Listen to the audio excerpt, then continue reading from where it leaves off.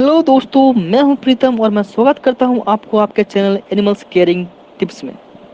तो दोस्तों, शुरू करने से पहले मैं आपसे एक विनम्र निवेदन करता हूं कि आप हमारे चैनल को लाइक शेयर एंड सब्सक्राइब करें और बेल आइकन को प्रेस करें ताकि आपको पशुपालन से संबंधित सारी जानकारियां मिलती रहे सबसे पहले।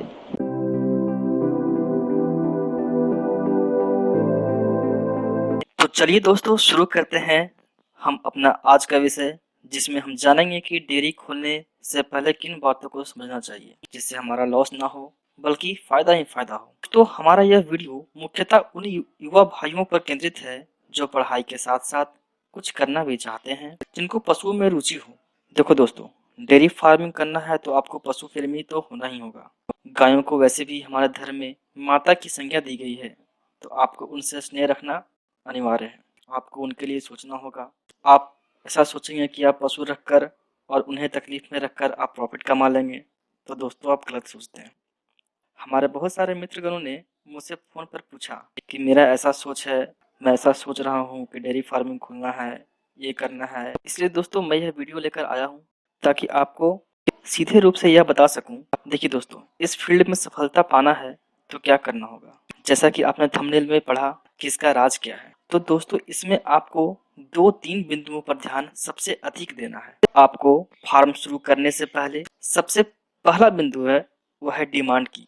जी हाँ दोस्तों, आपकी एरिया में दूध का डिमांड कैसा है, इस पे आपको मुख्य आपका अपना फोकस रखना है। आपकी एरिया में दूध लेने वाले कैसे लोग हैं, क्या वे शिक्षित हैं, समझदार हैं, या आप अपने दूध को सुधा जैसी किसी डेयरी में देना चाहते हैं या फिर किसी होटल में देना चाहते हैं। कोई संस्था ऐसा है जहां आपका दूध का डिमांड है कि चलो 50 लीटर 100 लीटर 200 लीटर आपका एक बार में वहां पर ले लेगा। डेयरी फार्म शुरू करने से पहले आप पूरी तरह से ये बात सोच विचार कर लो कि हमें कहाँ देना है। जाओ जाकर वहां पता करो, तभी आप इसमें सफल होगे। इसमें पूरी तरह आश्वस्त हो जाना है दोस्तों कि आप इतने केजी तक दूध को खपा सकते हैं वहां पर। फिर दूसरा बिंदु यह है कि आपको इसके रेट में आपको ध्यान रखना है कि इसका रेट आपको अच्छा मिलना चाहिए, जिसमें आपको सारा खर्च निकाल कर भी बचत हो सके। जैसे एग्जांपल के लिए मैं आपको बता रहा हूँ कि अगर आपका दूध का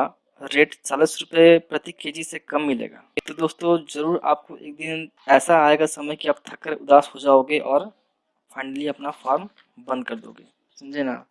तो ऐसा समय ना आए कि आपको आपको उदास होना पड़े, आपको निराश होना पड़े, ऐसा सोचना पड़े कि डेयरी फार्म अब बंद कर देनी चाहिए, इसमें कुछ प्रॉफिट नहीं हो रहा, बहुत मेहनत लग रहा है, बहुत लागत लग रहा है। तीसरा बिंदु है दोस्तों बीमारियों के बारे में जानकारी।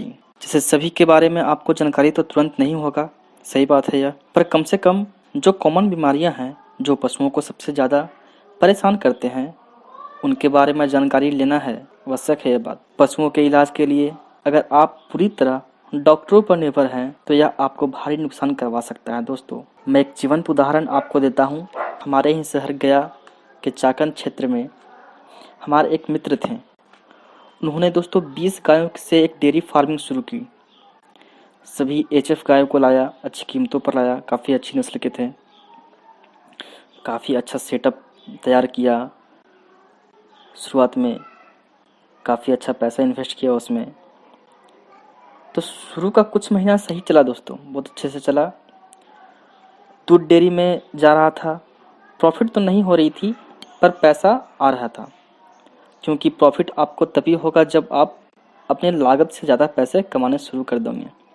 जैसे मान लीजिए कि आप 2 लाख रुपया खर्चा किए हैं उसमें, तो जब 2 लाख रुपए से ज़्यादा का दूध बेचेंगे तब ना आपको प्रॉफिट होगा सर। तो यही हुआ। परंतु दोस्तों इसी बीच ठंड की मौसम शुरू हो गई, काफ़ी ठंड पड़ने लगी और दुर्भाग्यपूर्ण उनके जानवरों में दस्त की समस्या शुरू हो गई।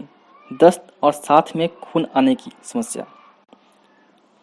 गोबर पतला हो आता है, साथ में ब्लीडिंग आता है, म्यूकस मेम्ब्रेन साथ में आने लगती है ब्लीडिंग के साथ में। जानकारी के अभाव में उन्होंने ध्यान नहीं दिया। 1-2 को डॉक्टर से दिखाया भी, लेकिन दोस्तों उसमें खर्च आ रहा था। कुछ सुधार भी हुआ, पर चूंकि हर गाय पे डॉक्टर का फीस और दवाओं का खर्च लेकर 2-3 हज़ार आ रहे थे। सो उन्होंने दिखाने में आनाकानी कर दी दोस्तों, ठीक है। जिसके कारण दोस्तों 1 महीने के भीतर उनकी 7 एचएफ गायें मर गई।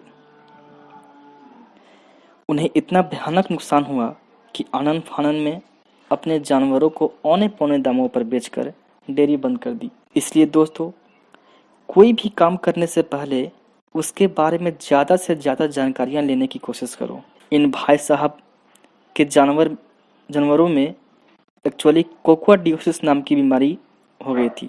यह एक संक्रामक बीमारी है जो कि मेरे फार्म पे भी हुई थी सेम टाइम में, पर मैंने थोड़े से पैसों से ही इसे रोक लिया। क्योंकि मैं इलाज खुद से करता हूँ, मुझे जानकारियाँ हैं बीमारियों के बारे में। पर ये भाई साहब ये बात समझ ना पाए दोस्तों और अपना लॉस करवा बैठे।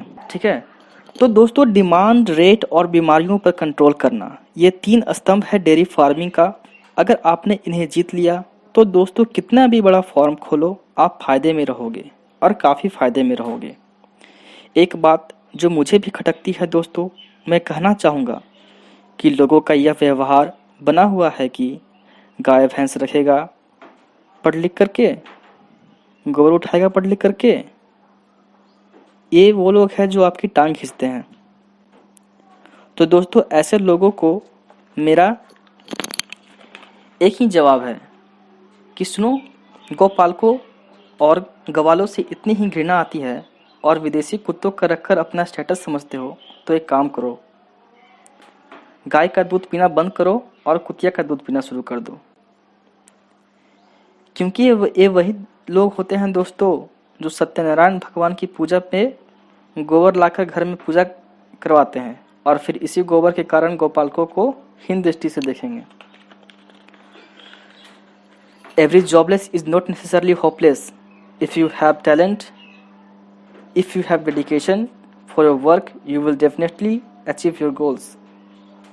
So कहने दो, कहें हम अब अनपढ़ नहीं हैं दोस्तों, हम बुद्धिहीन नहीं हैं दोस्तों। ऐसे सोच रखते हैं तो उन्हें, खासकर इन लोगों को, I am directly challenging to come and have a hot debate with me. आपको समझ में आ जाएगा कि कौन कितने पानी में है। तो दोस्तों लगे रहिए, गौ माता की सेवा करते रहिए और फालतू लोगों की बात मत सुनिए। उम्मीद करता हूँ आपको यह वीडियो पसंद आया होगा। तो प्लीज़ दोस्तों सब्सक्राइब भी करें, सिर्फ देखें नहीं लाइक भी करें। इसी के साथ मैं यह दोस्तों थैंक यू, जय हिंद, जय भारत।